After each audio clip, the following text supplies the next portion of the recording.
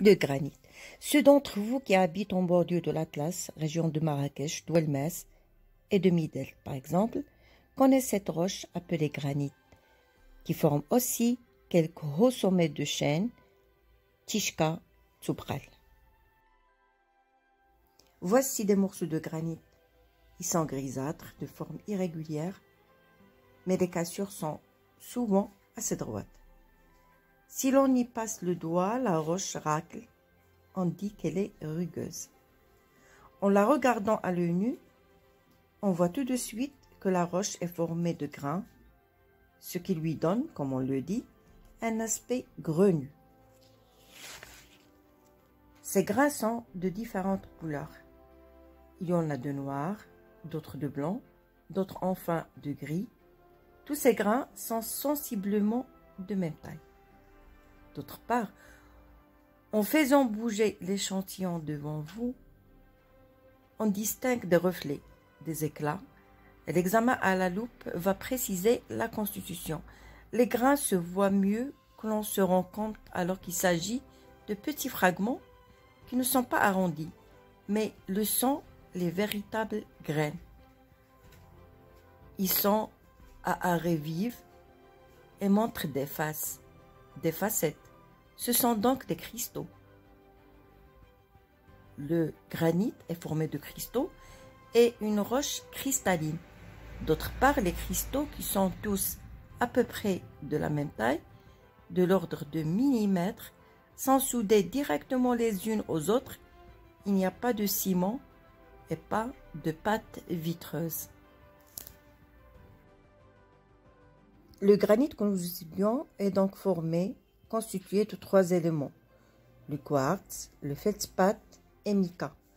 On appelle minéral une substance constituant une roche. On dira donc que les 3 minéraux du granit sont le quartz, le feldspath et le mica.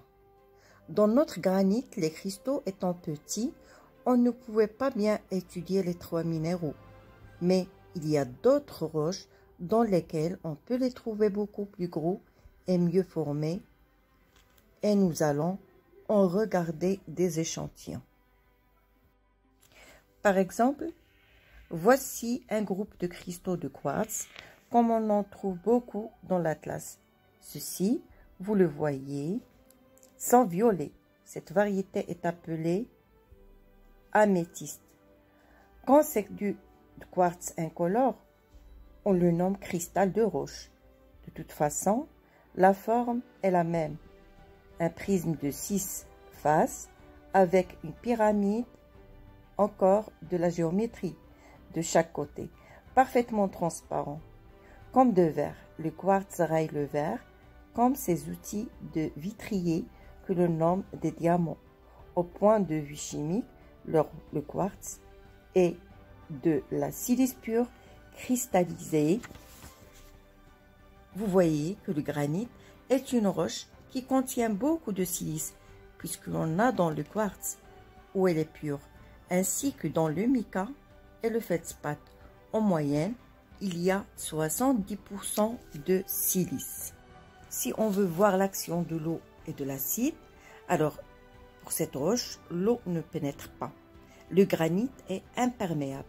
Ces cristaux sont insolubles et ne font pas une pâte. Mais ceci, quand nous en faisons l'expérience. En réalité, dans la nature, c'est différent, comme on le verra tout à l'heure, à cause de la question du temps et de la durée. Enfin, si l'on met une goutte d'acide sur la roche, aucun des cristaux ne montre de bouillonnement. Le granit ne fait pas effervescence, il ne contient pas de calcaire. Nous avons constaté que le granit était une roche très dure, qu'elle était imperméable. Mais on l'a dit, cela se constate à l'examen, en quelques instants.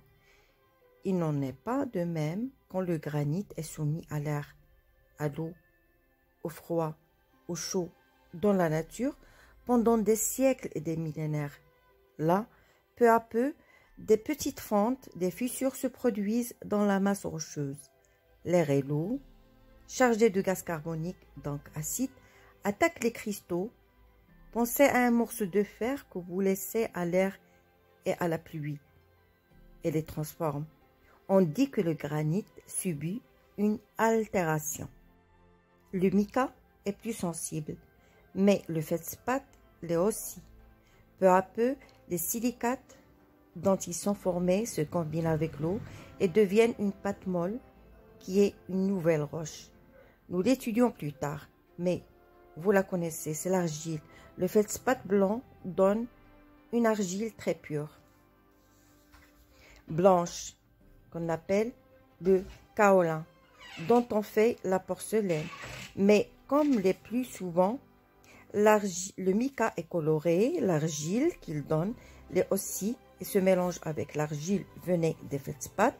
Cela donne des argiles plus ou moins foncées que vous connaissez.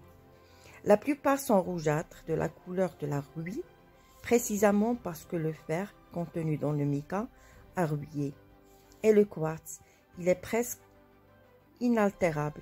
Il restera donc sous forme de petits cristaux qui seront devenus libres puisque les autres minéraux sont partis. Ces petits cristaux, plus ou moins usés, arrondis, ce seront des grains de sable, roches que vous connaissez bien aussi. À la place du granit, on aura un mélange de sable quartzeux et d'argile. C'est ce que l'on nomme arène granitique. On a donc la transformation suivante. Alors le granit, mica, feldspath, quartz, donne de l'argile, du sable, qu'on appelle l'arène granitique. Puis, les petites particules de l'argile légères sont entraînées par les eaux et s'en vont dans les rivières, les fleuves.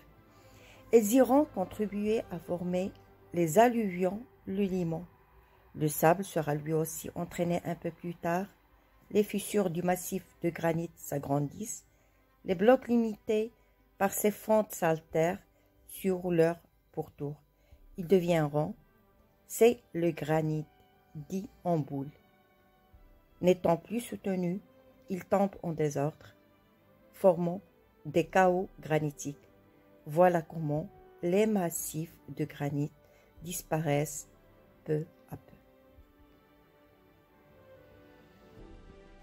L'altération du granit est très lente. Elle est pour ainsi dire insensible pendant plusieurs vies d'hommes. Aussi peut-on se servir du granit comme pierre de construction. Enfin, on peut aussi le polir et ces cristaux sont d'un bel effet, d'où son utilisation comme pierre d'ornement pour les monuments. Les terrains aux environs du granit sont surtout de l'arène et ne contenant pas de calcaire, sont des terres assez pauvres. En général, on y trouve des forêts.